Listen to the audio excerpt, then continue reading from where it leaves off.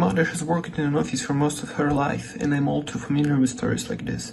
This isn't just a video for views, it's based on real experiences of people who lost everything because of decisions made by others. If you also work in the system, don't repeat the mistakes. All names, addresses, and companies in the story are fictional and have been changed. The assistant looked like he'd seen a ghost. Pale, hands trembling, clutching a manila folder like it might explode. He stood on my front porch just after 9 a.m., and when I opened the door, all he could manage was, "They told me to come here. Everything's breaking." That was the moment I knew Alyssa Crane had made the biggest mistake of her very short tenure as CEO. 12 hours earlier, I'd walked out of Arcalite Equity for what was supposed to be the last time. No farewell party, no handshake from leadership, not even a decent box for my things. Just a templated HR email, printed out and slid across the table by a nervous intern who didn't even know my name. The irony? I was the reason his paycheck processed in the first place. I didn't say much. I didn't need to. I knew what was coming. By the way, if this story already has you gripping your coffee mug a little tighter, hit that like button and subscribe. It helps more than you know and keeps stories like this coming. Only 3% of listeners subscribe, and your support means everything to our little team. Thanks, truly. Back to Alyssa.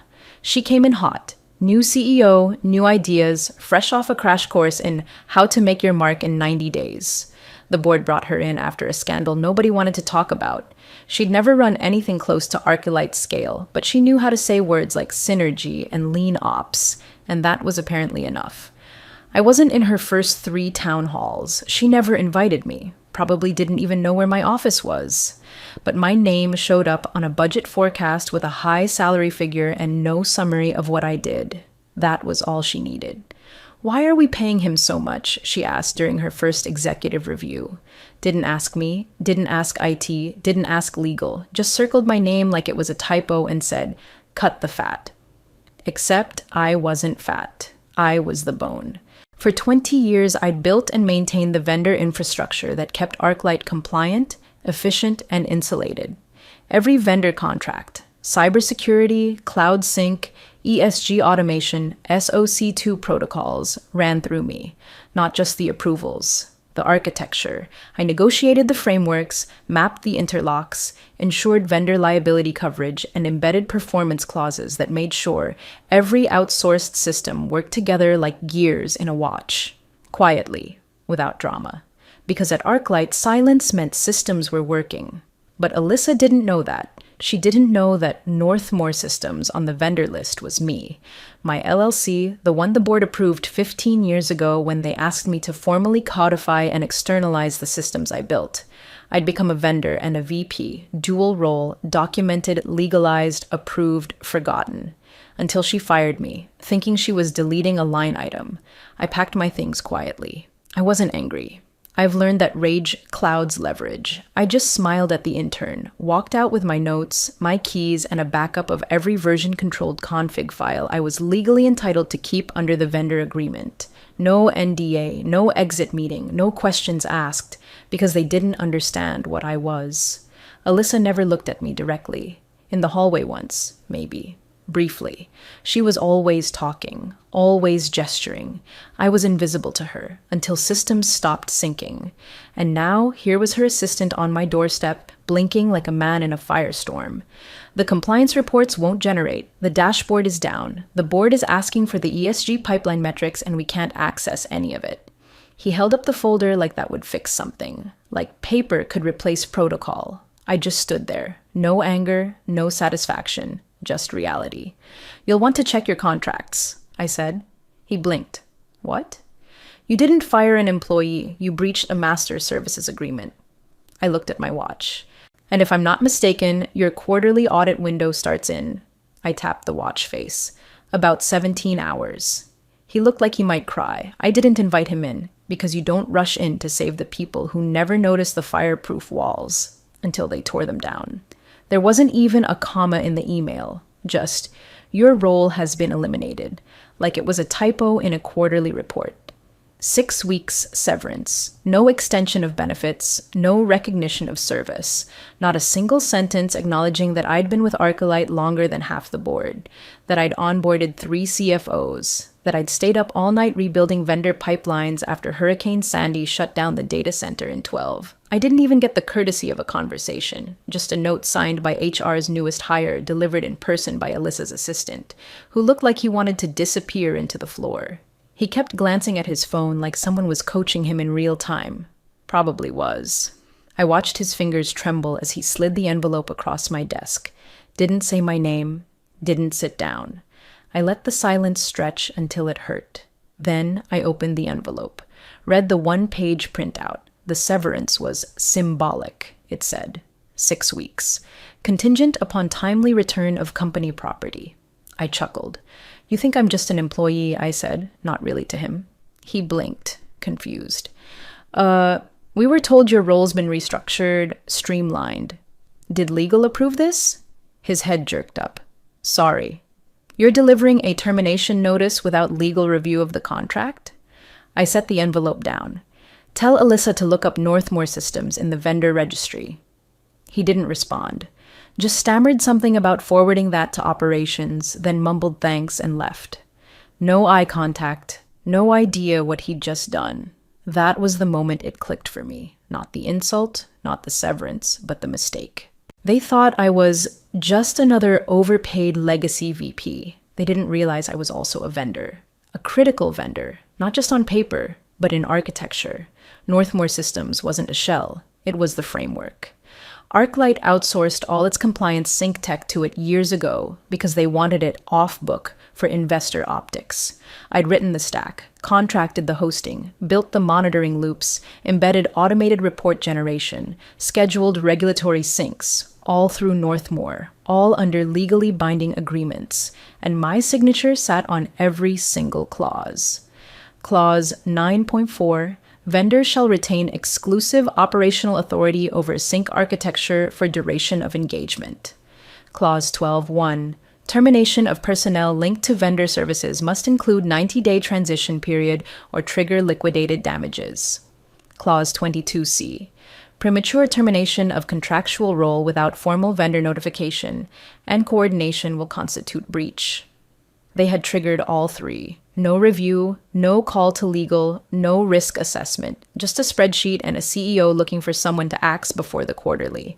I sat in my office a while longer, looking at the dusty plant on the shelf. No one would come say goodbye. They were all too scared. Alyssa had moved fast and loud, reshuffled departments, sent directors scrambling. Some even cheered her for being decisive. But speed isn't strategy, it's just noise when you don't know what you're cutting. I powered down my terminal, boxed my things, and walked out. Nobody stopped me, nobody said a word. I didn't delete anything, didn't tamper, didn't encrypt or disable or reroute. I followed policy, my own policy. But I did remove my authentication keys from the back end. That wasn't sabotage, that was protocol. The systems weren't supposed to run without an active vendor key. It was built that way, by design, because ArcLight had wanted full vendor traceability. Best practice, they'd called it. The moment I walked out, the keys expired. By morning, reports would stop syncing, dashboards would throw errors, partner APIs would start failing checksums. But it wouldn't be sabotage. It would just be the contract doing exactly what it said. And when they realized who they'd fired, not a name on a payroll, but the owner of the system that made sure they never missed a federal compliance deadline, they'd panic. But by then, Clause 22C would already be in effect, and I wouldn't answer the phone. Monday morning was quiet. I had my coffee on the porch, just like I used to before quarterly reviews. Except this time, I wasn't opening my laptop or prepping last-minute reports for directors who never read them until 5 minutes before the call. This time, I was watching the wind move through the trees and waiting for the inevitable. I didn't think it would happen that fast, but by 9:42, the knock came. Alyssa's assistant again. Same kid, same cheap dress shoes. But this time, no envelope, just a stack of printouts clutched in both hands like a lifeline. He didn't even say hello. Something's wrong. I said nothing. Let him keep talking. He stepped forward, holding up the papers like I was supposed to read them. The compliance systems aren't syncing. ESG reports aren't pulling. The board needs the Q4 overview before noon and nothing's generating. Finance can't access the clean export logs. Legal's pinging us nonstop. He sounded like he hadn't slept. I just looked at the stack in his hands. Red text, system timeouts, dependency errors, unresolved tokens, missing auth routes. All things they'd never needed to worry about until they removed the only person who understood what those errors even meant. I tilted my head. And you came to me because... He swallowed. Because it's all built through Northmoor. And legal says that's you? Was, I said. He blinked. Sorry? Was. Past tense. I don't work for Archelite anymore. You handed me the letter, remember? He opened his mouth like he was about to defend himself, then stopped. Probably realized there wasn't much to say. I was no longer on payroll, no longer bound by internal SLA terms, no longer under any obligation to clean up the mess they'd made, and technically, I was never their employee when it came to the systems in question. I was a vendor under contract, and they had violated that contract in writing with zero transition notice. Still, part of me felt bad for the kid. He was clearly being thrown to the wolves. I knew what was happening behind the scenes. Alyssa was likely in her corner office right now, snapping at IT, demanding answers. Legal was probably digging through old contract folders, trying to piece together what Northmoor Systems even was. Meanwhile, the dashboards were blank, the quarterly ESG data wasn't compiling, and every compliance script scheduled for 4 a.m. had failed silently because the back-end authentication token had been tied to my vendor key, and that key had expired 24 hours ago, automatically, predictably. I nodded toward the driveway. You'll want to get that to legal and tell them to read Clause 22C. He furrowed his brow. Clause? What? They'll know. Or they should.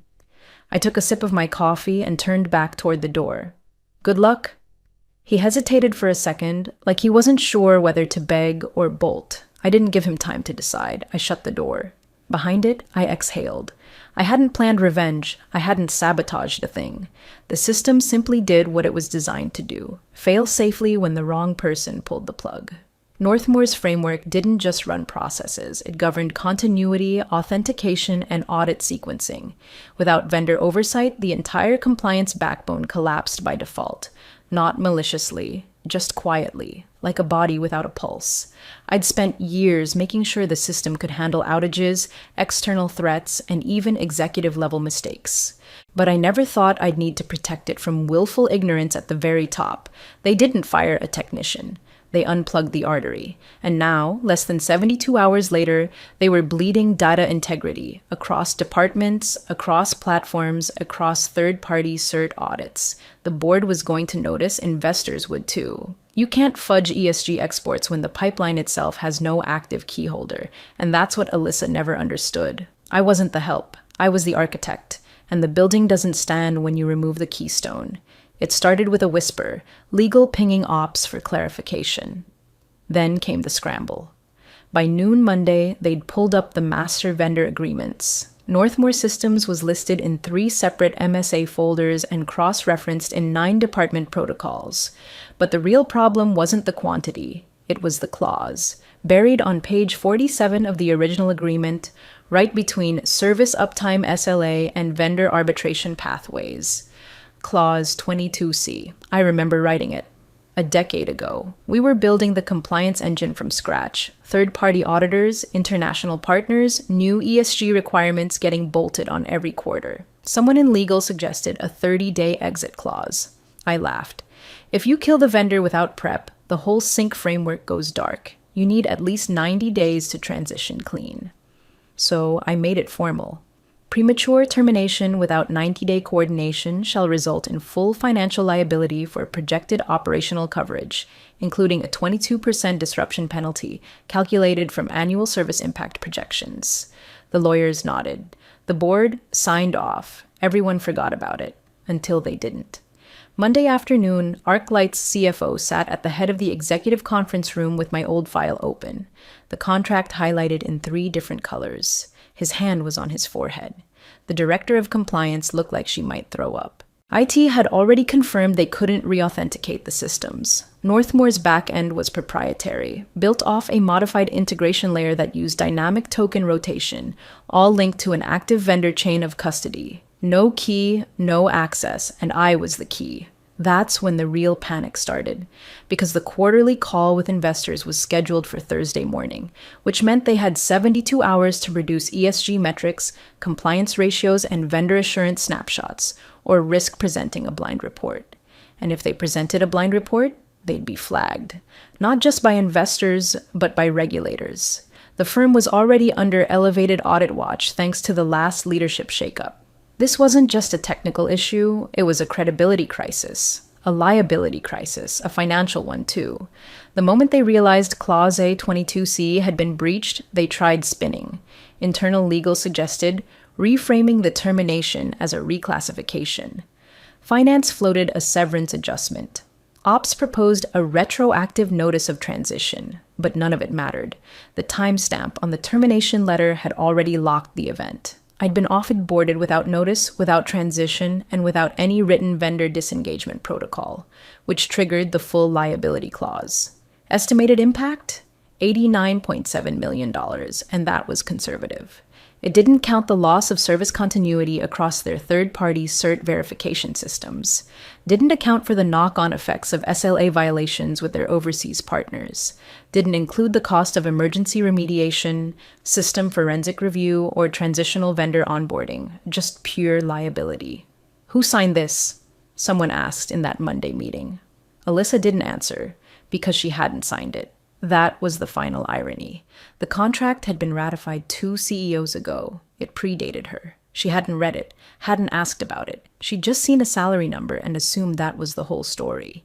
She didn't know the name Northmore, didn't know that half her back end was run through it, didn't know that Clause 22C was the one clause legal had flagged in red back in 2015 with a little note, "Do not breach without counsel." Now she knew, but it was too late. And I was home, watching the whole thing unravel from my porch, sipping coffee and flipping through an old contract binder, not with rage, not with smugness, but with the calm certainty that systems don't lie. They just execute, the same way I used to, before someone got the bright idea to cut the fat. By Tuesday morning, ArcLight's internal Slack channels were a digital morgue, screenshots, red error messages, panic in every thread. Is anyone else seeing blank dashboards? ESG sync failed again. What's our fallback? 403 on all 3 partner nodes. WTH. Is Northmore offline? No, Northmore wasn't offline. Northmore was just absent. Removed. Unlinked by the very people now asking if the vendor still existed. They thought they could run the machine without the engine. The compliance dashboard was the first to go dark. Seemed minor at first. Just some lag in rendering. Then came the failures. Sync jobs not completing, timestamps missing, entire sequences stuck in loopback. Without real-time data, they couldn't confirm anything. No partner verifications, no audit logs, no crosswalks for ESG asset alignment. The finance team noticed next. Their auto-reconciliation scripts, all piped through a reporting layer I built, started throwing checksum mismatches. Invoices bounced back. Quarterly vendor payment queues halted mid-process. Because the payment verification hooks? Also mine. Also Northmore. By mid-afternoon, external partners were calling. Why can't we access the resource portal? Where's our compliance receipt for last month? We're missing the data drop. One overseas partner threatened breach proceedings. Another issued a formal inquiry to ArcLight's legal team, asking if the system had been compromised. They were seeing 403 errors across their authenticated access zones because the tokens weren't refreshing, because the back-end framework was Northmore's, and the authentication services were tied to my private key infrastructure, which they'd let lapse the moment they revoked my access. You don't just plug a USB into that kind of architecture and reboot. Meanwhile, IT was drowning. They weren't bad people, just out of their depth. They had inherited a system they never fully understood because nobody thought they'd need to. Northmore handled it. Quietly. Seamlessly. My documentation was airtight, but it all assumed one thing, that the vendor was still active. When that changed, the systems responded the way they were designed to. Not with an explosion, not with a fire, just with silence. A graceful failover into null sync mode, like a heartbeat stopping in sleep. And then came the ESG upload, annual sustainability compliance data, required by both the SEC and international partners. Normally, it uploaded automatically through our secure sync pipeline at 3 a.m. Tuesday. Only this time, it failed. 3 times. No fallback queue, no alert routing because I'd built it that way, on request. Fail silently, the board had told me once. No noise during investor week. So it did. The pipeline failed. The upload didn't register. And by noon, ArcLight was flagged for missed regulatory reporting. The moment that the flag went public, half the executive floor stood up at once. One line in the regulatory database was all it took to shift perception, not because the data was lost, but because the failure suggested the systems themselves were unstable. ArcLight's entire appeal to investors rested on compliant operational maturity, and now the very backbone of that claim had hiccuped, on the record. And still, they hadn't realized. They thought they'd just lost a VP. A salary line, a long-winded legacy figure clinging to old architecture. They didn't see the arteries, the ones feeding the lifeblood of their compliance, their finance, their trust capital, and they had cut them, clean through. There was no drama, no ransomware, no lawsuit, just systems doing exactly what they were designed to do when governance failed. Wait and hold still until someone finally read the contract. The emergency Zoom was called at 10:37 a.m. It wasn't on the calendar. No prep, no materials, just a blunt invite titled System Disruption Urgent, the kind of meeting that makes assistants whisper and IT double-check microphones. Every board member joined, cameras on, mics hot, no pleasantries. Alyssa logged in last. She looked polished as always, clean blazer, studio lighting, that perfect Midwestern poise. But behind her eyes, you could see it, the storm she was trying to outrun. "Let's get started," the chair said. "We're in the middle of a real-time operational crisis, and no one seems to have a full picture." The CFO cleared his throat. "We've confirmed failure across multiple internal systems. ESG uploads didn't process. Partner access nodes are rejecting tokens. Compliance dashboards are non-functional. Finance workflows are misaligned." "How?" someone snapped. "How is all of that tied to one role?" "It's not," the CFO said quietly. "It's tied to one vendor." A pause. "Vendor?" the chair repeated. The general counsel leaned forward. "Northmore Systems, vendor of record for the compliance sync architecture, ESG framework integration, and authenticated partner routing." Another director raised a sheet of paper to the screen. "This agreement? This one that lists a vendor called Northmore Systems LLC, with a signature that matches the former VP you fired last week." Alyssa sat perfectly still. "I thought he was staff," she said finally. "He was staff," the CFO cut in, "and vendor, dual capacity. It's not uncommon in legacy operational architecture." "It should be uncommon," muttered the director from Munich. The chair raised a hand. "Let's stay focused. Legal. What's the exposure?" Clause 22C was triggered the moment the termination was issued without vendor coordination, legal replied. "Technically, we breached. On record. Time-stamped. Irrevocable." Silence. Not a stunned kind, a heavy one, calculating. "Estimated cost?" "Liability plus service interruption plus penalty," the CFO replied. "About 89.7 million, a younger board member swore under her breath. "And what does it take to resolve this?" the chair asked. Legal didn't blink. "We need to re-engage the vendor. There's no alternate path. The system was designed with a dependency architecture. He was the continuity keyholder." The word keyholder hung in the air like a confession. "Was this reviewed before termination?" a board member asked. All eyes turned to Alyssa. She stared into the camera. No notes, no movement, just locked up, like one of the frozen dashboards. Her face didn't break, but her silence screamed. "I asked finance why he was paid so much," she said flatly. "No one mentioned a vendor contract." "You didn't ask legal?" She didn't respond. Another member spoke up. "Did you even know Northmore Systems was him?" "I didn't think it was relevant." It was like someone dropped a wrench on a glass table. Every face shifted at once. The chair leaned forward. "You didn't think it was relevant to confirm whether the infrastructure vendor was also the person you just fired?" "Operations signed off," Alyssa said, her voice tightening. "No," legal replied. "They signed off on a headcount adjustment. not a vendor severance. More silence, the kind that tastes like metal. Someone finally asked the real question. Can we fix this before the quarterly filing? Legal didn't sugarcoat it. Not without him. And that's when Alyssa did something I never thought I'd see. She went quiet. No defense. No pivot. No sharp words. Just a stillness behind the eyes. Because there wasn't a PR script for this. No spin. No LinkedIn blurb. No streamlining talking point. She hadn't just made a bad decision. She'd pulled the wrong wire in a locked system. And now, the whole board was watching it spark. The message went out at 3:12 p.m. Eastern, from my attorney. Subject line, Vendor Termination Resolution, Northmore Systems. No adjectives, no threats, just what mattered. Numbers, clauses, triggers. The email body was barely 6 lines long.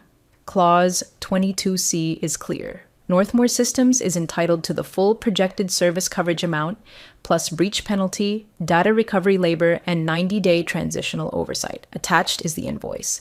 The invoice total, $90,011,430. Line item 3.2 outline, disruption penalty per contract, 19.8 met. Line item 4.1 covered, operational restart consulting fee, $8.6. And there, quietly in line, item 6.0, re-engagement under breach clause, subject to irrevocable contract terms. No negotiation, no olive branch, no room to haggle. They had exited without coordination. The contract didn't say at our discretion. It said, shall be liable. Every comma in that agreement had been placed by mutual counsel, and now every one of them echoed. I didn't even send a follow-up. I didn't need to. At 6:27 p.m., Alyssa finally broke the silence. A direct email. Short, cold, desperate without sounding like it. We'd appreciate your cooperation in resolving this matter quickly. That was it. No greeting, no signature. Just that one sentence, like we were old colleagues passing in a hallway and she was too embarrassed to ask for help out loud. She never said sorry, never asked why the systems had been designed that way, never acknowledged that she'd made a decision from a spreadsheet, and now her entire infrastructure had locked her out like a silent protest. I forwarded her message to my attorney with one line. Respond per contract. No courtesy. Within the hour, he replied to her. Per Clause A22C, Northmore Systems will provide full transitional access upon receipt of funds. Cooperation will be rendered as defined under Section 14. Contractually obligated scope. No additional provisions apply. No verbal agreements will be acknowledged. Silence followed. Not because they were planning a counterattack, but because there was nothing to argue. They'd reviewed the contract. They knew. Every attempt to claw back leverage had only dug the hole deeper. Legal had already admitted breach in writing. The board had seen the documentation. The CFO had confirmed systems remained locked in vendor-authenticated downtime. And every day they delayed re-engagement meant more risk, more partner violations, and more red ink in their quarterly statement. I wasn't angry. I was clinical. They had removed me like a splinter, thinking I was just under the skin. But I was the bone they didn't know held the whole damn structure together, so now they'd pay. Not because I wanted revenge, but because that's what the clause said. And unlike the promises Alyssa made in her first town hall speech, I honor what I sign. It wasn't a negotiation. It was a directive. The board met in closed session that morning and voted unanimously, emergency re-engagement of Northmore Systems under escalated terms. The chair didn't wait for consensus from Alyssa. He didn't need it. Authority had already shifted. The new agreement was drafted in under 4 hours. My counsel reviewed it. I didn't even redline. Clause 1, immediate reinstatement of vendor continuity license with irrevocable access to all pre-existing infrastructure. Clause 2, retainer renewal, quarterly, at increased rate with inflation protection.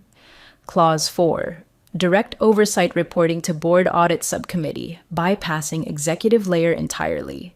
Clause 7, immunity from discretionary termination without 180-day mutual exit planning. They called it line item immunity. I called it clarity. By 4:18 p.m., my secure keys were reactivated. The systems blinked awake like they'd just been resting. Syncs reinitiated. Dashboards returned. Partner API verifications processed with a whisper. I didn't need to touch a single line of code. Nothing had been deleted, nothing corrupted, nothing sabotaged, because I never needed to scorch the earth. I just let the system do what it was built to do, respond to its contracts, not its politics. Alyssa didn't speak during the handover. The chair had already clipped her access by then, her oversight limited to HR and PR. She wasn't allowed near infrastructure or vendor channels. Her assistant, the one who had delivered my termination letter, had already been quietly reassigned. Last I heard, he was in facilities management, reviewing printer leases. No one apologized, but they didn't have to. They paid, and more importantly, they corrected. The board issued a private memo to legal and ops. Northmore Systems is now a protected strategic vendor. Consult audit before modifying dependencies. Another went out to department leads. All integrations involving Northmore will route through audit liaison per new governance protocol. It wasn't personal. It was procedural. Exactly how I'd always built it. I didn't attend any of the meetings, no Zooms, no return to campus, just secure handoffs. I reinstated the monitoring layers, re-enabled the ESG automation, ran a compliance simulation to confirm the outputs matched audit integrity baselines. The CFO sent one message later that evening. Clean. Everything's back to spec. Thank you. I didn't reply. Didn't need to, because they knew now. They knew who'd built the system that had quietly protected them from lawsuits, violations, and partner fallout for over a decade.